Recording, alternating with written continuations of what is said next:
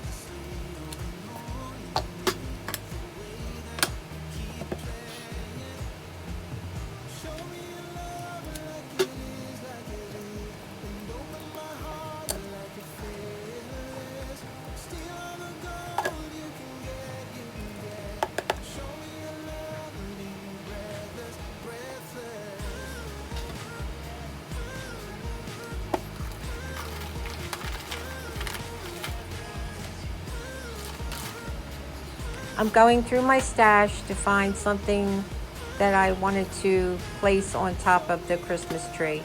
So I found this little gold ball to put on the top. I wasn't really thrilled with it, so I ended up adding a ribbon to it also.